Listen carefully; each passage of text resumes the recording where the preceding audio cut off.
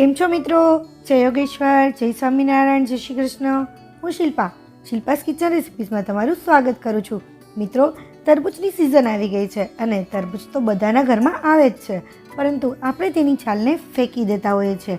પરંતુ આ વિડીયો એક વખત જોયા પછી તરબૂચની છાલ તમે ક્યારેય નહીં ફેંકો. તો છેલ્લે સુધી જોઈ લો અને તમે પણ આ રીતે જરૂર ટ્રાય કરજો. તો ચાલો બનાવવાનું આપણે સ્ટાર્ટ કરીએ.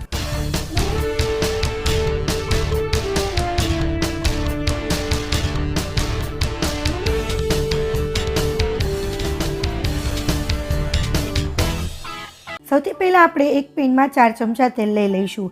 આપણે જેને નોર્મલ પાવરા કહીએ છીએ એ જ 4 પાવરા તેલ લઈ લેવાના છે અને ત્યાર પછી તેલને ગરમ થવા દેવાનું છે. તેલ ગરમ થઈ જાય એટલે એની અંદર આપણે વઘાર માટે રાઈ તતડે ત્યાર પછી એની અંદર આપણે જીરું એડ કરીશું અને ત્યાર પછી એની અંદર આપણે થોડી એવી હિંગ એડ કરીશું.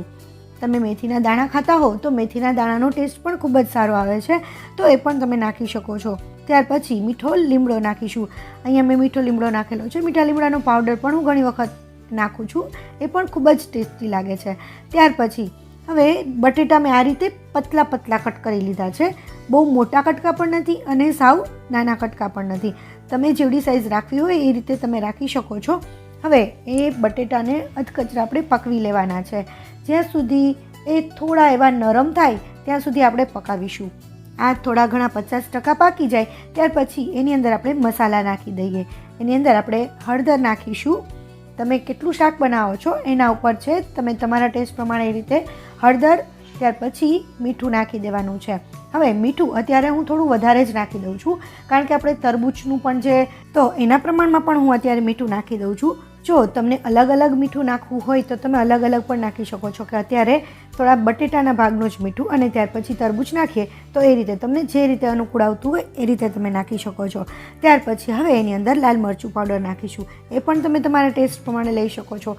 સ્પાઇસી વધુ ખાતા હોય તો લાલ મરચું પાવડર તમે થોડું વધારે પણ નાખી શકો છો. મિત્રો, અત્યારે હું અહીંયા લસણ નથી નાખતી. આમાં લસણનો ટેસ્ટ થોડો ઓછો મજા આવે છે, પરંતુ તમને લસણ વિના ફાવતું જ ન હોય તો તમે લસણ પણ આમાં નાખી શકો છો.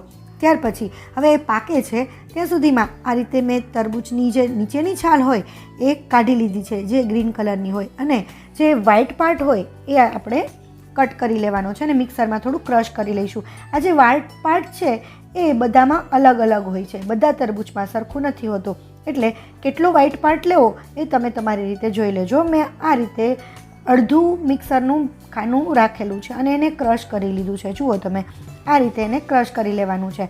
ત્યાર પછી એ આપણે બટેટાની અંદર આપણે એડ કરી દઈશું. એ તરબૂચનો ઉપરનો જે લાલ પાર્ટ હોય છે એ જરાય રાખવાનો નથી. જોકે આમ તો એ આપણે ખાઈ જ જતા હોય, પણ તોય સેજ રહી જતો હોય છે. એ બધો જ લાલ પાર્ટ છે એ કાઢી નાખવાનો છે. ખાલી વ્હાઇટ પાર્ટ છે એ જ રાખવાનો છે. હવે આ બધું મિક્સ આપણે સરસ રીતે કરી લઈશું અને સરસ રીતે મિક્સ થઈ જાય એટલે આપણે એને ફરીથી પકાવવાનું છે. એને ઢાંકીને 3 થી 4 મિનિટ સુધી પકાવીશું. મિત્રો, આ રેસીપી છેલ્લે સુધી જોયા પછી તમને કેવી લાગી એ મને કમેન્ટમાં જણાવજો. મિત્રો, તમે જ્યારે મને કમેન્ટ કરો છો ને તો મને તમારી સમક્ષ નવી નવી વાનગીઓના વિડીયો લઈ આવવાનો ઉત્સાહ વધતો જાય છે. તો આમ જ મારો ઉત્સાહ વધારતા રહેજો અને લાઈક કમેન્ટ કરતા રહેજો. અને જો તમને ગમે તો બીજા સાથે પણ શેર કરજો, જેથી એ લોકોને પણ ઉપયોગી બને. મિત્રો, આપણે 4 મિનિટ જેવું થઈ ગયું છે અને આપણા બટેટા જે છે એ 70 થી 75% જેટલા પાકી ગયા છે. ત્યાર પછી આપણે એની અંદર ટમેટું પ્યુરી નાખીશું. મેં અહીંયા 3 ટમેટાની પ્યુરી બનાવી લીધી હતી. કાચા જ ટમેટા હતા અને એને ક્રશ કરી લીધા છે.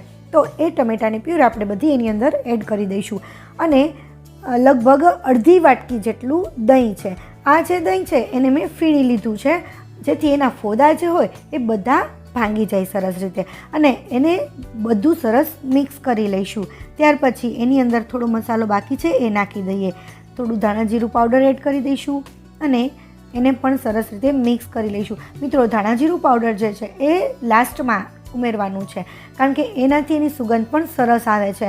અહીંયા હું ગરમ મસાલાનો યુઝ નથી કરતી. જો તમે ગરમ મસાલો નાખતા હોય તો તમે એ પણ નાખજો, પણ આમનામ જ આનો ટેસ્ટ ખૂબ જ સરસ આવે છે. તો હવે ફરીથી આપણા બટેટા પાકી જાય ત્યાં સુધી આપણે એને પકાવીશું. લગભગ 15 થી 20 મિનિટ જેવું થશે ત્યાં એ આપણા બટેટા સરસ પાકી જશે અને એનું પ્રમાણ તમારા ગેસની ફ્લેમ ઉપર છે કે કેટલી વારે પાકે છે. જો ધીમા ગેસે રાખશો તો એ થોડી વાર લાગશે, પરંતુ આ રીતે જો અત્યારે તો જે મારી થિકનેસ છે ખૂબ જ સરસ થઈ ગઈ છે, પરંતુ મારે આટલી થિકનેસ નથી રાખવી અને હજી થોડું એવું પકાવી લઉં છું. મારે થોડું થીક રાખવું છે. તમે એટલું રસાવાળું ખાતા હો તો તમે રસાવાળું પણ રાખી શકો છો.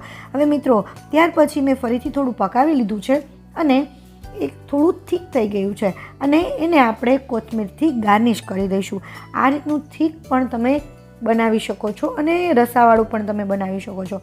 ત્યાર પછી સર્વ કરવા માટે આપણે દહીં થોડું એડ કરીશું, એટલે થોડું તો રસાવાળું થઈ જશે. હવે સર્વ કરવા માટે કઈ રીતે દહીં એડ કરીશું, ઉપરથી જ થોડું એવું દહીં એડ કરવાનું છે. ગાર્નિશિંગમાં આ રીતે ફેંટેલું થોડું એવું જ દહીં એડ કરું છું અને ત્યાર પછી ટોમેટોની સ્લાઇસ રાખી દઈશું. મિત્રો, તમને મારી આ રેસીપી કેવી લાગી મને કમેન્ટમાં જરૂર કહેજો. અને હા મિત્રો, તમે મારી ચેનલને હજુ સુધી સબસ્ક્રાઈબ નથી કર્યું તો રાહ શેની જુઓ છો? આવા જ નવા વિડીયો જો આ ચેનલને સબસ્ક્રાઈબ કરી લેજો. Thank you for watching. Next recipe સાથે ફરીથી મળીશું. ત્યાં સુધી બાય.